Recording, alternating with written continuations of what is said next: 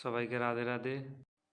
আজ বডি ট্রান্সফর্মের 16 দিন, তাই আজকে প্রথমে পাগুলোকে স্ট্রেচিং করে নিয়ে আজকে লেগ ওয়ার্কআউট করলাম এবং কাপস ওয়ার্কআউট করলাম। তাই প্রথমে সিঙ্গেল লেগ স্কোয়াট করলাম, তারপর double leg squat with dumbbell, তারপর লাঞ্চেস উইথ ডাম্বেল, তারপর অ্যাডাপ্টার স্ট্যান্ডিং উইথ ডাম্বেল,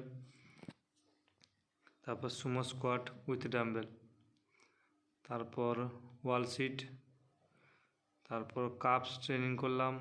প্রথমে ডবল লেগ, তারপর সিঙ্গেল লেগ, তারপর পাগুলিকে একটু স্ট্রেচিং করে নিয়ে আজকের ওয়ার্কআউটগুলি শেষ করলাম। তো